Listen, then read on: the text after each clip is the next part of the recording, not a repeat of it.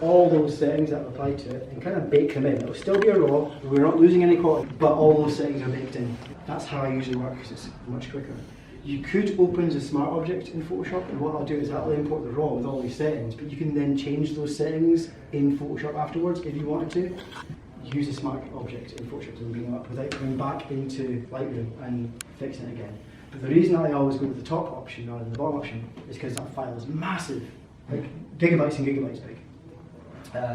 And when you're working on a batch of 20 photos, even on my fastest machine, it gets clogged up. So this is a much quicker way of working.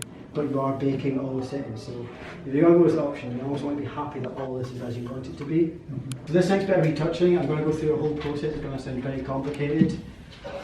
Don't worry.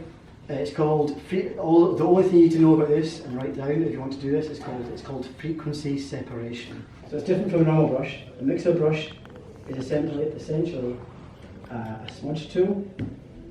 For example, I'm smudging all that data around, like that. I'm just smudging the colours. So now, when I go to the skin, I can just smudge the skin around. I'll turn the texture backwards so you can see. So what I'm doing is just smudging the skin texture. So what this does is it evens out all the colour. This is going very heavy-handed. I'm doing it on purpose for reasons. So what I'm doing is just going to almost Barbie doll Karen's face. And I'm always painting in the shape of the face. But because I duped this layer up, this layer is unaffected. This one hasn't had the smudginess put to it. So I've got a layer, like a copy of that layer, and the original. And what I can do is go to the copy and bring the opacity down. Go all the way down and we're back to normal again. So I can control how much I bring this in. I use that to build contrast if I wanted to. Rather than just doing some kind of contrast slider, I would build it in layers like this. And the reason for that is I've got far more control over every single part of it. But I could also, let's turn it off for now, use curves to bring down highlights in certain areas. So similar to the HSL slider before with the target, there's a little finger area here. I can say this skin tone here is too bright. I click on that and it creates a point. If I drag that down, it will use that as its focus. So I'm darkening the skin tones. I can go, okay, I want them to be that dark. Now what I can do, because it's on a curves adjustment layer, use a mask by painting it black to get rid of it and only paint it in where I want it. So any little hot spots of skin, I can just paint that adjustment in. Rather than changing the whole image, I can control using adjustments layers where it actually happens. So it's great for like if skin's too bright or a dress is too bright. Or you can even use it for changing colour by using like an HSL adjustment. I use adjustment, so for every little tweak I'm doing with its contrast and things like that, I'll use adjustment layers because I can layer them up and paint them on and off. And that's how you kind of get a full, almost cinematic graded image. Rather than just going, it actually boosts my SEO. Because my website's mentioned in the keywords. Yeah. The metadata contains all this information. Also, when I put images on my actual site, when I started doing those headshot days, kind of day-long things, I started adding headshot to all the keywords, all those images, because all those photos that were out there underneath it had, but also had, like, so a design page hasn't rose ranks, but if you search Edinburgh headshot photographer, I went right to the top.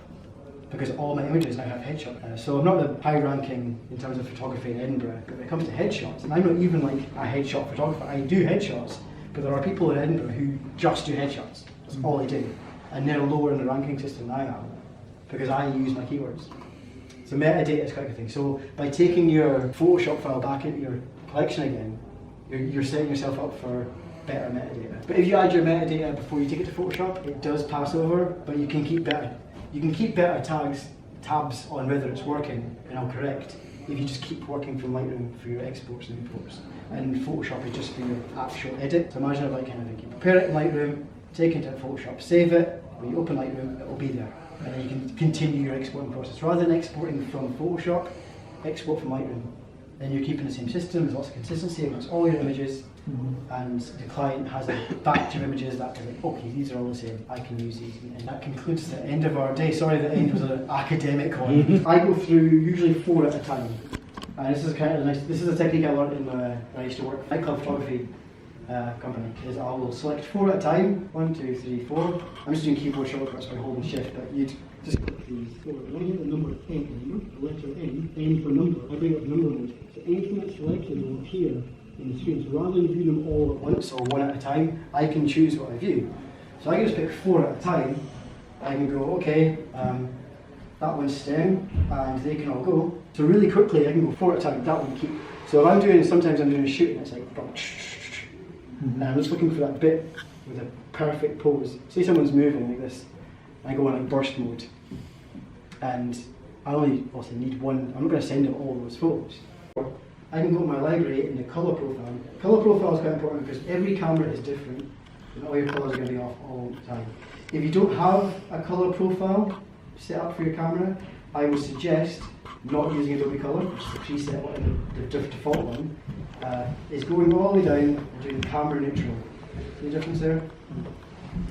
The subtle difference. What camera neutral is going to give you is a much more accurate image from what you shot. Adobe Colour almost like ruins your photo, especially if you're shooting in like gigs or nightclubs and LED lights flash and they create this horrible like singular colour patch on their face. Change to camera neutral and that'll instantly go. The fact that this is not set to default baffles me.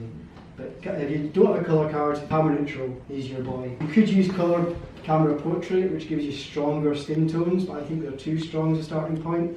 I usually go for neutral because I can, if I want to boost the skin tones, I can just do that in Lightroom. What vibrance does, but it's saturation just like boosts all the colours, whereas vibrance kind of boosts the tones. It's some of the mid-tones, I think, slightly orange. Yeah, it's a vibrance is like saturation, but only on the tone rather than the full overall colour. So it's a lot more subtle. So if you're going to boost saturation, vibrance is probably a better option because you can do it very subtly. You can use the tone curve to increase contrast if you want to use that method of doing it, like by boosting the highlights and lowering the shadow areas, or you can retrieve some shadow detail by lifting the end of it, things like that. I could just do that in Photoshop, but if you want to keep, well, I would just do it in Photoshop, if you want to keep it all within Lightroom, that's another little step. So if you boost the contrast in the slider, you can boost it more with the tone curve. Or you can ignore the slider completely and do it fully by hand manually, and that gives you full control over it. So if you are boosting contrast, I would definitely recommend the tone curve section. Saturation luminance is a slider I use actually quite a lot when balancing images. And usually it's from the kind of saturation point where I might, using this little target thing, I can pick a colour and bring it down. So if someone has like red patchy skin, I can grab this little target, grab the little red part and bring it down. I notice it brings down the saturation, but only of those skin tones. Newer have pretty much these for like £250 each. I have a few of them, and I totally recommend them. I would definitely say go for them. But the reason I don't use them is because when it comes to like triggering, that will only speak to the brand it's for. So if I have like a bunch of Neo lights and a bunch of Bowens lights, I can only control however many of that brand. So my Neo lights are now just my spares. But I originally bought them high-speed sync lights, and I was so happy with the results. I then bought more Bowens to meet my other Bowens so that I could trigger them all together. I changed my aperture to make it brighter. It had become overexposed, which we did.